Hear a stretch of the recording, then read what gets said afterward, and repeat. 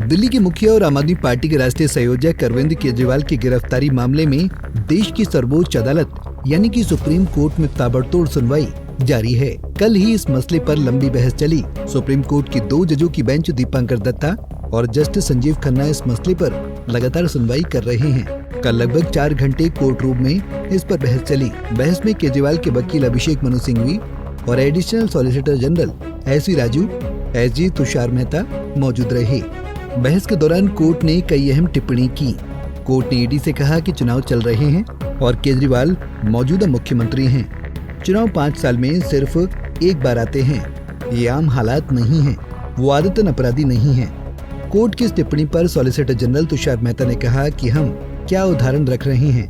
क्या दूसरे लोग मुख्यमंत्री से कम महत्वपूर्ण हैं? माना यह भी जा रहा है कि कल ही सुप्रीम कोर्ट ने केजरीवाल की जमानत को लेकर शर्त भी तय कर ली है। अदालत ने केजरीवाल से कहा कि हम आपको जमानत दे देते हैं तो आप ऑफिशियल ड्यूटी नहीं करेंगे। हम नहीं चाहते कि आप सरकार में दखल अंदाजी करें। जिस पर केजरीवाल के वकील अभिषेक मनु सिंघवी ने कहा, हम किसी फाइल पर साइन नहीं करेंगे।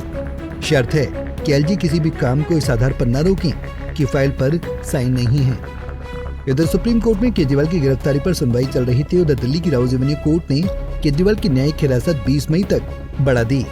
लिहाजा अब सबकी नजरें 9 मई पर जाकर टिक गई हैं कि आखिरकार 9 मई को सुप्रीम कोर्ट अरविंद केजरीवाल को लेकर क्या कुछ फैसला सुनाती है।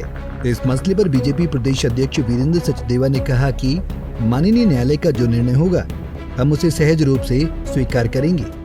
देखिए, माननीय न्यायालय के जो भी निर्णय आते हैं उसको स्वीकार करना और सहज रूप से स्वीकार करना, ये सबको आना भी चाहिए। हमारे लोकतंत्र की खूबी यही है कि बड़े से बड़ी अपराधी को भी पूरा अवसर दिया जाता है कि वो अपनी बात रखे। तो मुझे लगता है जांच एजेंसी अपना काम कर रही है और मामला विचाराधीन है माननीय न्यायालय के सामने, तो जो भी निर्णय आएगा उसका हम स्वागत करेंगे। सुप्रीम कोर्ट में अरविंद केजरीवाल को लेकर हुई सुनवाई पर बीजेपी नेता मनोज तिवारी ने कहा कि माननीय कोर्ट का जो भी आदेश होगा हम इसका पालन करेंगे।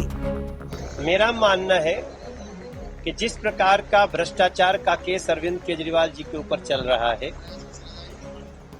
ऐसे मामले में जब तक इतने साक्ष्य हैं और कोई जांच में सहयोग भी न करे, तो ऐसा व्यक्ति जब बाहर आएंगे तो निश्चित रूप से साक्ष्यों से छेड़छाड़ करेंगे। लेकिन माननीय कोर्ट का जो भी आदेश होगा हम उसको पालन करते हैं।